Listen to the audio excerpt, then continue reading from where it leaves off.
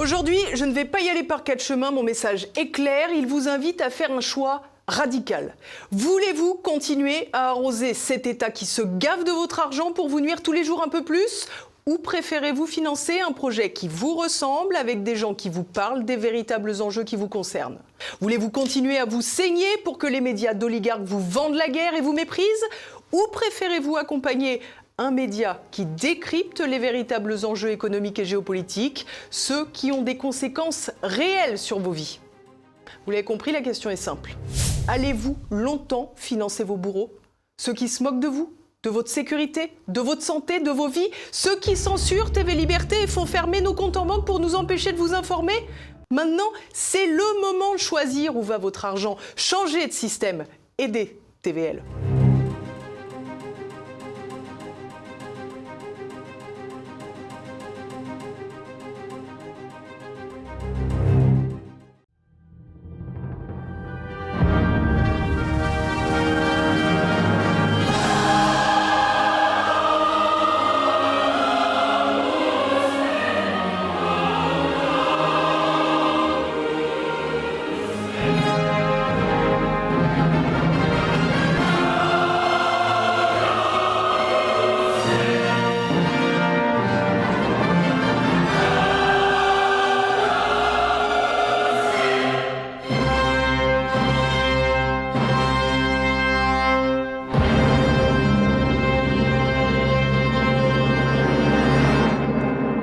Bienvenue sur Terre de Mission, l'émission religieuse de TV Liberté, en ce dimanche 29 juin, fête de Saint-Pierre et Saint-Paul.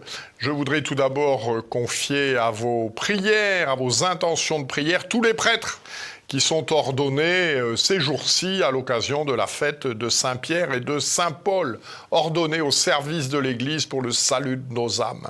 3 séquences dans cette émission. Tout d'abord, une rencontre avec Michel de Gégère, directeur de la rédaction du Figaro hors série, qui vient de publier un numéro tout à fait exceptionnel, Romantique, la légende des siècles. Ensuite, nous accueillerons Victor Aubert, qui nous présentera un spectacle son et lumière, d'une certaine manière, qui aura lieu les 4 et 5 juillet prochains, au Palais d'Argentré à C, sur le thème « Ma vie pour le roi », qui est la reprise en fait de la vie du marquis de Frotté. Et enfin, Odile Tecky nous présentera une toute nouvelle, mais déjà très dynamique association, Transmission.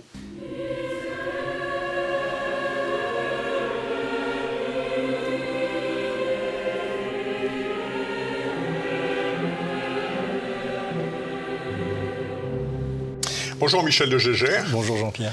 Donc vous êtes directeur de la rédaction du Figaro hors série et vous venez de publier un splendide numéro, Romantique, la légende des siècles. Alors dans votre éditorial, Roma Eterna, en quoi Rome est-elle éternelle ? Alors c'est les anciens qui l'ont dit, ils l'ont cru longtemps, mais pas toujours.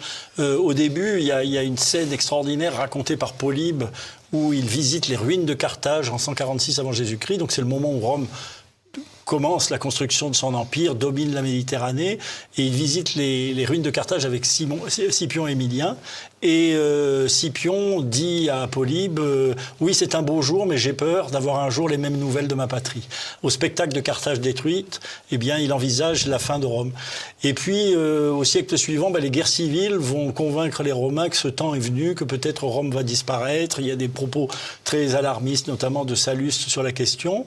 Et puis, il y a miraculeusement l'avènement d'Octave, d'Auguste, l'avènement du principal, l'avènement de la paix romaine qui rétablit la situation après les guerres civiles. Et à ce moment-là, les Romains sont vraiment convaincus qu'ils ont un destin particulier, que leur ville est éternelle. Et c'est ce que dit Virgile dans l'Énéide. Il dit que Jupiter leur a donné un empire sans fin. C'est ce qui explique qu'au IVe siècle, quand arrivent les invasions barbares, quand arrive au début du Ve siècle le sac de Rome, Saint Jérôme est catastrophé en disant elle est captive la ville qui a capturé l'univers, et on a l'impression que c'est un prodrome de la fin du monde. Et ce qu'il y a d'extraordinaire finalement dans l'histoire, c'est que ça n'est pas la fin du monde, mais le début d'une autre histoire, puisque l'Empire romain s'effondre, mais sur ses décombres, eh bien, l'Église et la chrétienté vont renaître, et ils prendront Rome pour capitale. Et notamment à partir de la Renaissance, il y a ce qu'on appelle la seconde gloire de Rome, qui va refaire de Rome la capitale du monde, mais pour un empire spirituel et non plus temporel.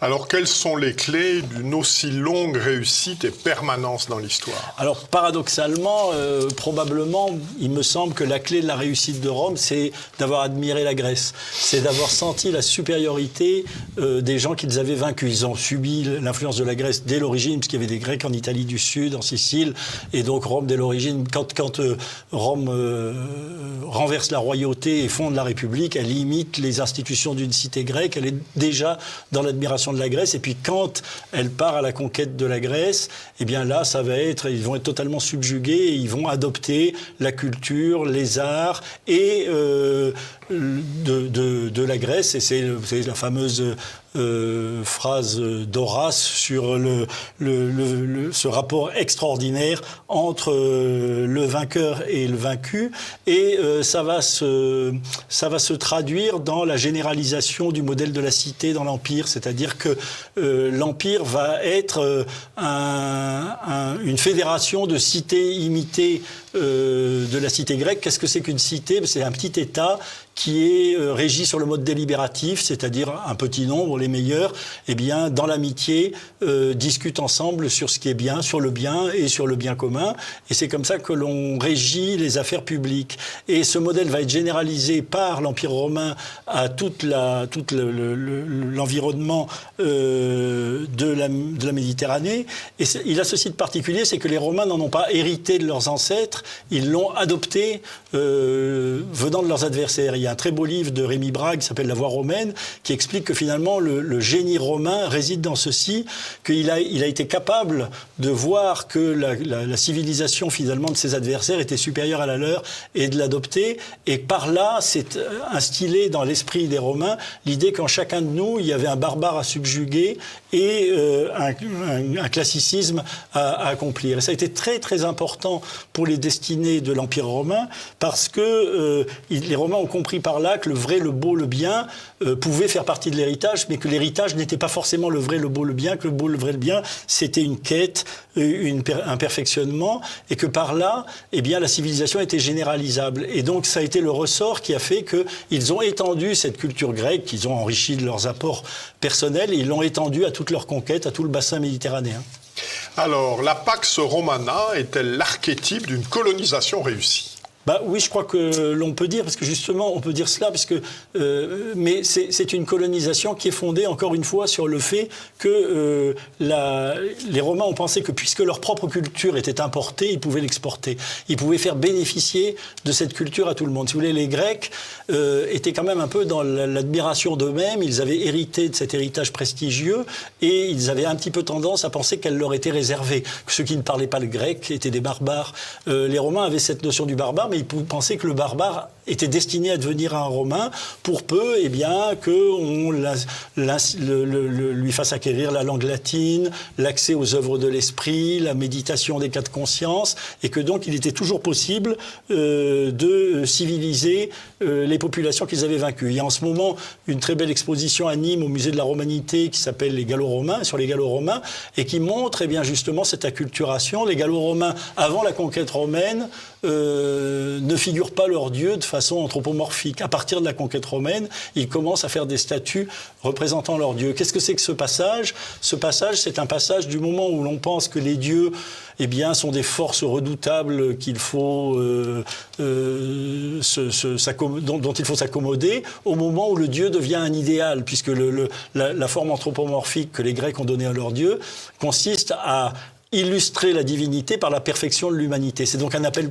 permanent à la perfection et au perfectionnement, et je crois que c'est le ressort finalement de la grandeur de la civilisation gréco-romaine. Alors, pouvons-nous en venir à ce numéro? Est-ce que vous pouvez nous le présenter? De quoi ça traite? Alors, le Figaro hors-série donc sur Rome antique, donc c'est consacré uniquement à l'Antiquité, mais enfin nous allons assez loin puisque on traite le Haut Moyen Âge. Eh bien, il y a à la fois toute l'histoire, évidemment rapidement racontée, mais enfin tout de même raconté par Alexandre Grandazzi, qui est le grand spécialiste de l'histoire de la ville de Rome. Donc on raconte toute l'histoire de la ville de Rome, de sa fondation en 753 au sacre de Charlemagne. Vous voyez, donc la période est longue. Et puis le cœur du numéro est fondé par une série de reportages dans les monuments, les musées, les ruines, tout ce que l'on peut voir de beau et d'antique à Rome. Et Dieu sait que là, on est dans le domaine de la profusion. Donc il y a une très grande richesse de photos et puis énormément de reportages par thème, sur les lieux de pouvoir, sur les lieux de loisirs, sur la Villa Adriana, sur la Via Appia, sur les musées de Rome, sur la statuaire. Et donc c'est une espèce d'immense promenade dans Rome, agrémentée par des photos qui permettent de les visualiser et par une documentation historique qui permettent de les remettre en perspective. Alors, votre coup de cœur personnel pour un vestige de la Rome antique?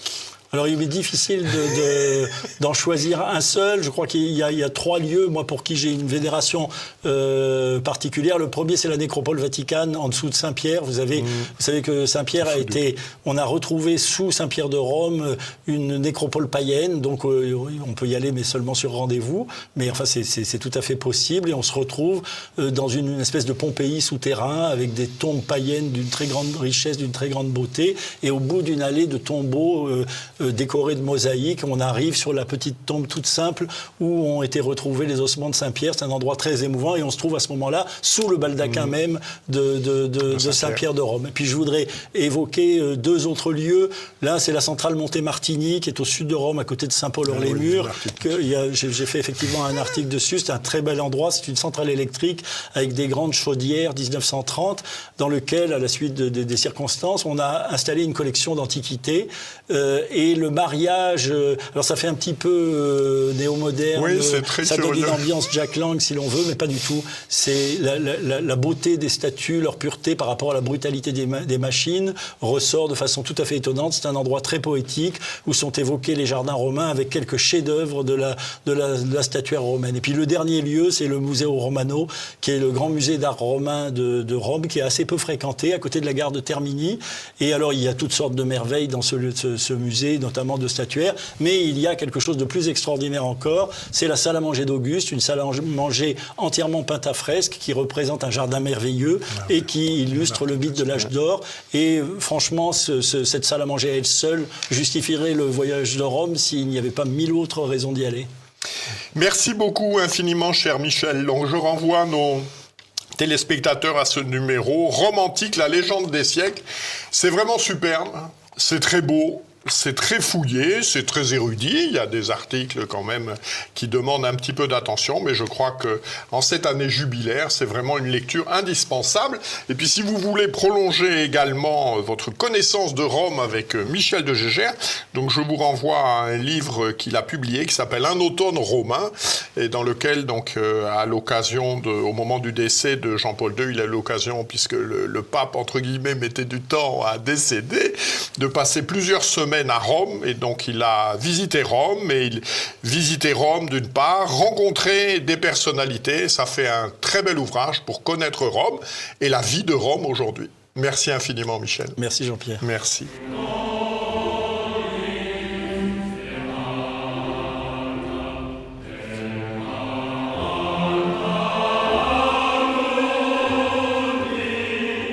Bonjour Victor Aubert. Bonjour Jean-Pierre.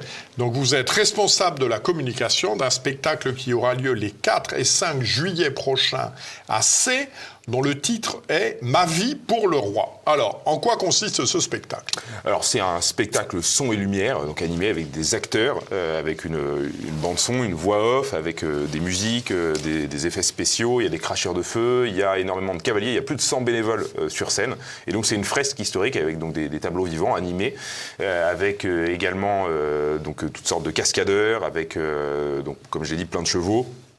Et puis également des véhicules. Alors sur les éditions précédentes, où c'était une fresque qui allait de l'Antiquité jusqu'à la période moderne, il y avait aussi des véhicules militaires de la Seconde Guerre mondiale. Là, cette année, comme on va être sur un spectacle qui se concentre sur une période plus restreinte, on va avoir des charrettes, on va avoir des canons, on va avoir des soldats, des fusils. Tout ça de manière très réaliste et très belle. Alors, quelle est l'histoire? De quoi s'agit-il? Donc cette année, il s'agit d'un spectacle qui raconte la vie de Louis de Frotté. Donc Louis de Frotté qui a commandé la chouannerie normande, c'est une histoire un petit peu moins connue. Et donc ça va être sa vie qui va être romancée à travers justement des personnages qui vont l'accompagner jusqu'à évidemment sa mort, mais avec aussi une parole un peu d'espérance à la fin de ce spectacle. Alors, y a-t-il des différences entre Frotté et Cadoudal, la chouannerie bretonne, et puis la chouannerie normande par rapport à la chouannerie bretonne? Ou est-ce qu'on dit tout ça, c'est la même chose? Alors, c'est pas tout à fait la même chose, même si évidemment tout ça procède des mêmes causes. C'est-à-dire qu'on est au moment de la Révolution française, il y a un refus de la conscription, il y a une révolte paysanne vis-à-vis de l'hostilité à l'encontre de l'Église, du christianisme, etc. Il y a des motivations également de refus d'une montée des impôts, etc. Mais la chouannerie bretonne est antérieure, elle se centre beaucoup autour de la figure de Cadoudal, elle est plus organisée. La chouannerie normande, c'est vraiment une chouannerie du bocage à la base, et qui va prendre toute sa dimension avec la figure de Louis de Frotté, dont la motivation est d'abord avant tout royaliste, avant d'être religieuse, même si les deux évidemment vont ensemble, mais contrairement à la chouannerie bretonne qui est plus religieuse, la figure de Frotté est quelqu'un qui est marqué davantage par l'attachement à la monarchie. Alors, tout cela se passe dans les jardins du palais d'Argentré. Alors, quel est l'historique de ce bâtiment? Alors, c'est un palais épiscopal qui a été construit à la fin du XVIIIe siècle par une figure notable de C, Monseigneur Duplessis d'Argentré, qui a vraiment participé à l'urbanisation de cette ville. Donc, c'est un magnifique monument XVIIIe dans un style classique, à la française, avec des jardins à la française, et qui est relié à la cathédrale, puisque c'est le palais épiscopal. Et donc, le spectacle va se dérouler sur une scène finalement naturelle, c'est-à-dire en fait sur la façade du palais, la façade arrière du palais, et puis le chevet de la cathédrale autour justement d'un parc. Donc c'est vraiment un lieu, un cadre magnifique pour un spectacle historique. Et donc ce palais épiscopal est toujours propriété de l'Église ou Alors non, il n'est plus propriété de l'Église, il est propriété de l'État. Il va être racheté bientôt par la mairie de C, et actuellement il héberge une école hors contrat, donc il loue donc ces bâtiments, donc l'Institut d'Argentré, une école de filles qui est à C. Alors, quelle a été l'origine de cette initiative? Est-ce la première édition? Comment se sont passées les précédentes? Alors, au début, ça a démarré de manière assez humble. C'est l'œuvre d'Antoine-Marie Salé, donc, qui est le metteur en scène, le grand chef d'orchestre, qui est professeur d'histoire, passionné d'histoire, et qui a voulu organiser ce spectacle, s'inspirant évidemment des cinécénies du Puy du Fou, en vue de le faire en local, pour proposer à la population sagienne, donc les habitants de C et de ses environs, les Normands, un spectacle sur leur histoire. Et donc, ça a commencé, les deux premières éditions, c'était l'histoire de C, de l'Antiquité, donc avec les fondations romaines de la ville, le temple romain qui a précédé la cathédrale de C, jusque à la Seconde Guerre mondiale, avec justement la libération par la deuxième DB, etc. Et donc cette fresque historique était justement mise en scène avec force de costumes, de véhicules militaires, de vikings, etc. Et là, pour la troisième édition, on a décidé donc de changer d'histoire, de créer un nouveau spectacle entièrement de A à Z, et donc qui va se concentrer principalement sur la vie de Frotté. Et concernant les éditions précédentes, vous aviez combien de personnes? Quelles sont vos espérances Ça a démarré pour cette très année? fort parce que c'est une ville de 4500 habitants et on avait pour la première édition déjà au moins 800 participants. C'était une entrée gratuite la première année. On n'avait pas forcément bien compté. On pensait pas qu'il y aurait autant de monde dès la première édition. L'année dernière, donc, il y a eu 2 éditions de suite à peu près avec 800 personnes chaque soir. Et là, il va y avoir 3 éditions sur 2 week-ends différents où on attend à chaque fois 800 personnes pour chacune de ces représentations. Donc, où l'objectif, c'est évidemment d'attirer le public local, mais aussi tous ceux qui habitent un peu plus loin et qui souhaitent découvrir la ville de C, parce que c'est une ville magnifique qu'il faut visiter, et bien d'assister à ce très beau spectacle. Et puis c'est toute une soirée, puisqu'il y a un traiteur qui va donc ouvrir une guinguette, il y a une soirée avec de la musique, etc. Donc c'est vraiment un beau moment à passer en famille. Alors pouvez-vous nous rappeler quelques renseignements pratiques? Donc les horaires, le lieu, le prix, Les moyens de s'inscrire. Donc, pour s'inscrire, déjà, vous pouvez aller tout simplement, vous tapez Siècle en scène sur Google et vous allez tomber... Siècle au pluriel. Siècle au pluriel en scène. Et donc, vous allez trouver donc, le site internet avec la billetterie qui permet de s'inscrire. Si mes souvenirs sont bons, on est à une inscription gratuite en dessous de 4 ans. Pour les mineurs, c'est 4 € et pour les adultes, c'est 11 €. Il faut donc de préférence réserver, parce qu'on n'est pas sûr justement de pouvoir faire rentrer. Il reste de la place. Il reste encore quelques places à l'heure actuelle. Voilà. Et puis, au niveau des dates, c'est le 4 et le 5 juillet. Ça commence, on ouvre les portes à partir de 19h, donc pour justement venir se restaurer en famille. Il y a des tables, il y a un excellent traiteur qui sera là. Et puis ensuite, le spectacle commence quand il fait nuit, donc assez tard en fait, à 22h. Et donc tout ça finit vers 23h30 à peu près. Souhaitez-vous rajouter quelque chose? Je souhaite vous remercier déjà Jean-Pierre de parler de ce spectacle parce que c'est un phénomène nouveau qui se déroule un petit peu partout en France où on pourrait dire l'inspiration du Puy du Fou a fait des petits qui ne sont pas officiellement liés et affiliés au Puy du Fou. Ce sont souvent des initiatives locales développées par des bénévoles mais qui vont justement aider, permettre à la population locale de raconter sa propre histoire, de la redécouvrir et ainsi de faire aimer justement notre pays et son histoire au plus grand nombre. Donc voilà, je souhaite encourager cette initiative et j'invite tous nos téléspectateurs à faire de même, à les encourager en y assistant et même en créant d'autres. Eh bien, merci beaucoup pour cette initiative qui nous aide à retrouver nos racines. Merci Victor. Merci Jean-Pierre. Merci.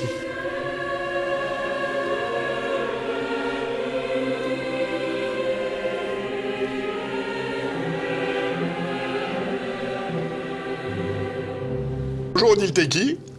Donc vous êtes cofondatrice de l'association Transmission. Alors quelle est la raison sociale de cette nouvelle association? Alors Transmissio, on va peut-être partir de son origine latine.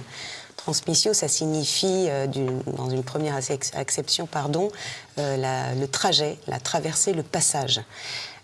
Cette traversée, c'est comme un pèlerinage. Et d'ailleurs, c'est notre vocation. Nous sommes sur Terre pour faire un pèlerinage vers le ciel. Nous sommes des viateurs, disent les théologiens. Exactement. Au lendemain du pèlerinage de Chartres, je peux facilement reprendre cette image. Donc nous sommes dans un pèlerinage vers le ciel.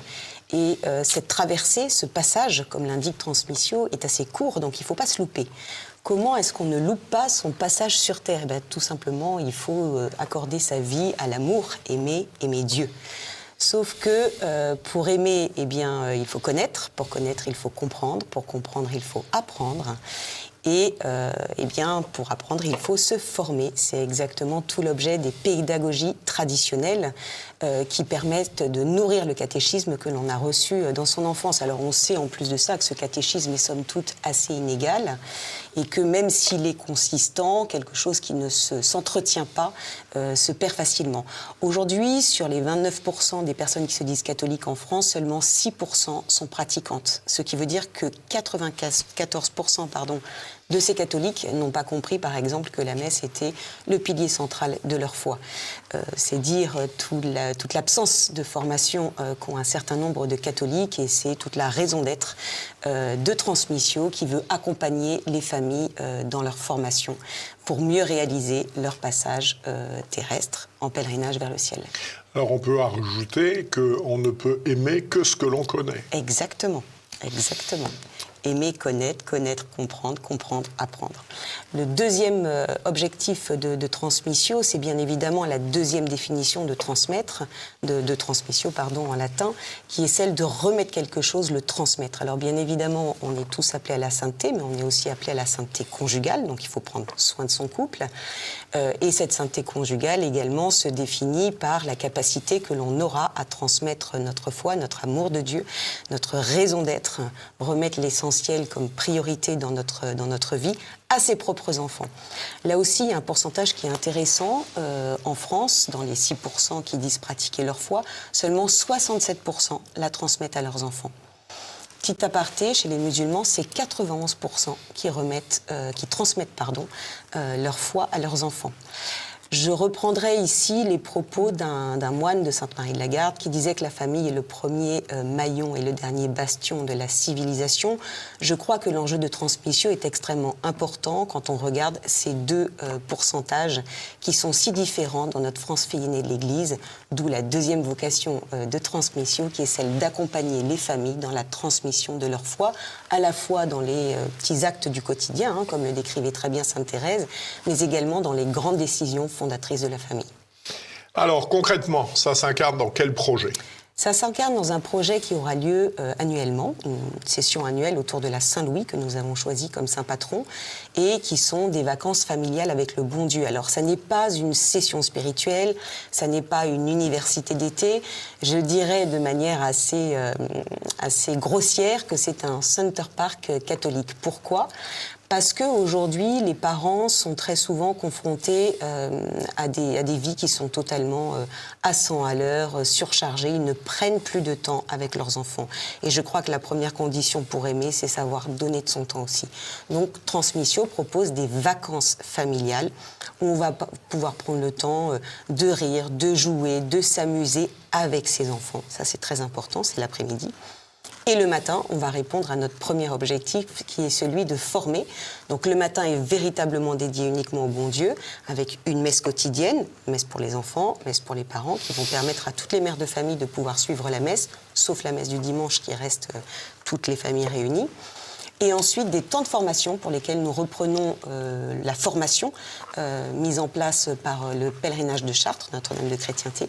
Donc chaque année, nous reprenons le même thème, cette année la royauté sociale du Christ, que nous déclinons à différentes tranches d'âge et aux adultes, et davantage pour les adultes sous le prisme du couple et de leur vocation familiale.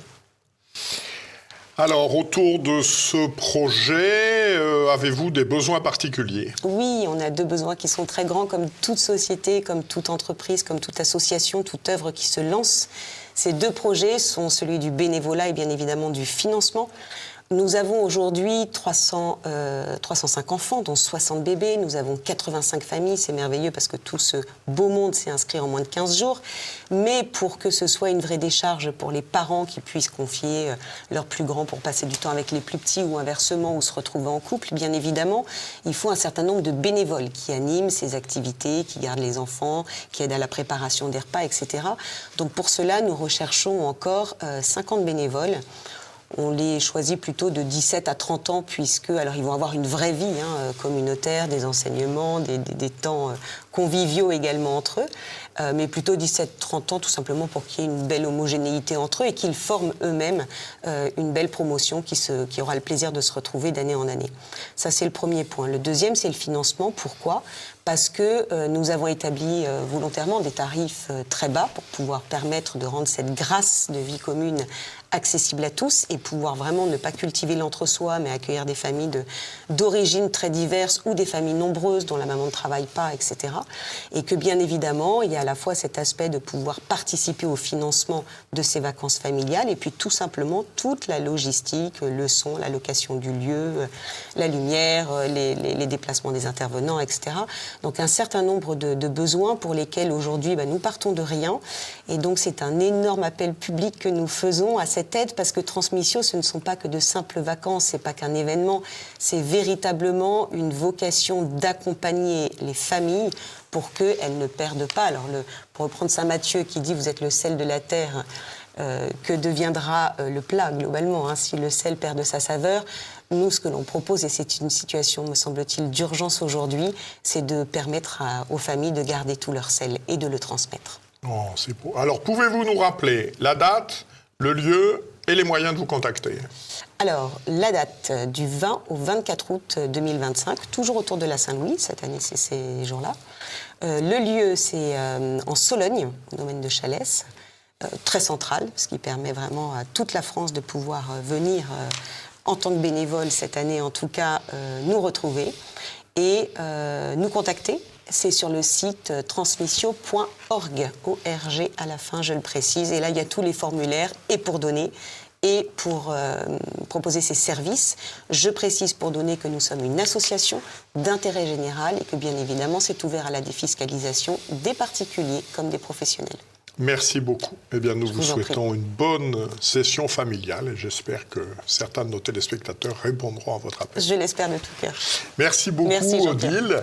Donc, cette émission s'achève. Nous nous retrouvons la semaine prochaine. D'ici là, que Dieu, qui est Père, Fils et Saint-Esprit, nous garde. Bon dimanche et bonne semaine à tous. Merci, Odile.